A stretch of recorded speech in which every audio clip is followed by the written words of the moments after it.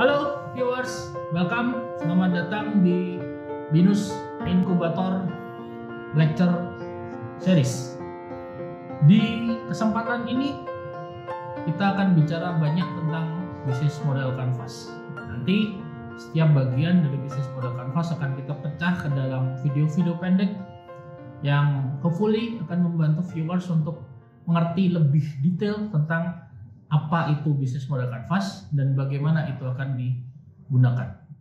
Nah, bisnis model Canvas sendiri ketika teman-teman nanti googling akan banyak sekali versinya, atau coba search di YouTube akan banyak juga versinya. Nah, apa yang kami sampaikan di sini memperjelas sedikit apa yang sudah kita pelajari terlebih dahulu. So, bicara tentang bisnis model Canvas. Apa sih sebenarnya bisnis model Canvas? Basically, ini adalah tool, alat. Alat ini ditemukan atau diciptakan oleh seorang ahli bisnis bernama Alexander Osterwalder. Nah, dia menciptakan satu tools yang dibagi menjadi 9 kotak. Masing-masing kotak tentu saja ada isinya dan ada maknanya. Nah, ekspektasinya adalah bisnis model ini seperti sebuah cetak biru atau blueprint dari sebuah strategi di bisnis. Apakah itu bisnisnya sudah berjalan atau baru mulai, yang diharapkan nanti akan bisa diaplikasikan secara rasional terhadap struktur organisasi, terhadap proses bisnis, terhadap sistem, sampai sedetailnya, sampai nanti ke bagaimana bisnis ini akan mendapatkan revenue, bagaimana bisnis ini mengeluarkan biaya. Sedetail itu ekspektasinya. Oke. Di layar teman-teman akan melihat bahwa secara garis besar bisnis model Canvas itu terbagi menjadi 3. Ada 9 kotak yang dibagi menjadi 3 grup besar. Dibagi 3 tidak berarti menjadi 3, tidak. Tapi satu bagian kita sebutnya dengan bagian desirability. Ini bicara tentang segala hal yang melibatkan keinginan customer. So, customer menjadi poin yang sangat penting dalam sebuah bisnis. Oke. Bagian-bagian itu meliputi customer segment, value proposition, kemudian channel, dan relationship. Customer relationship. Bagaimana 4 hal ini adalah 4 hal yang sangat erat kaitannya dengan apa yang customer inginkan. Bagian besar kedua adalah bicara tentang visibility. Apakah sebuah bisnis ini visible? Kita akan bicarakan 3 hal penting di situ. Ada key partnership, ada key resources, dan ada key activities. Tiga-tiganya harus ada ketika kita pengen bisnis kita berjalan dengan lancar.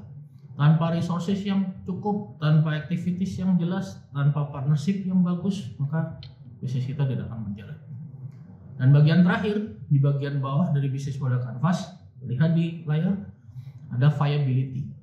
Nah, viability ini lebih berbicara tentang angka.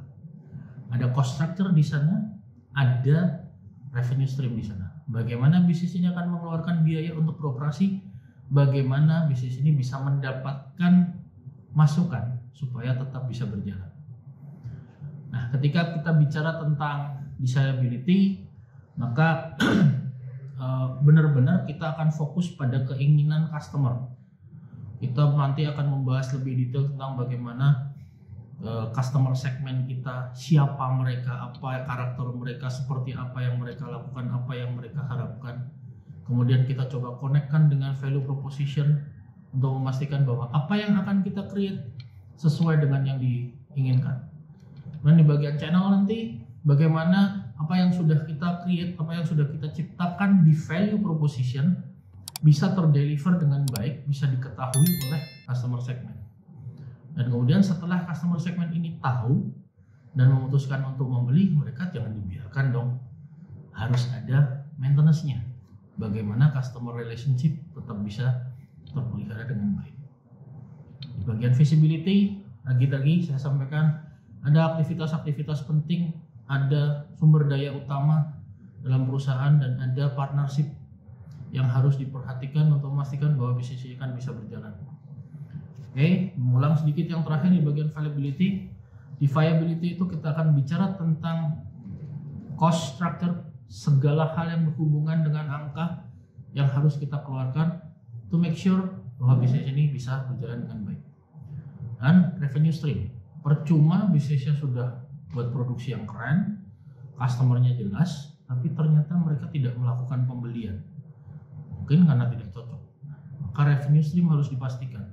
Sedikit gambaran tentang revenue stream, banyak sekali macamnya, tapi apalagi ketika kita sudah bicara di era sekarang, maka tidak lagi hanya based on transaction only, tapi bisa lebih detail lagi. Nah, Kak, teman-teman, itu sedikit introduction, sedikit pengantar tentang apa yang akan kita pelajari dalam bisnis model Canvas. Jangan lupa like, subscribe, dan share supaya teman-teman tetap dapat informasi tentang konten-konten yang bermanfaat dari Binus Inkubator dalam Binus Inkubator Lecture Series. Terima kasih, saya Coach Gatot. See you.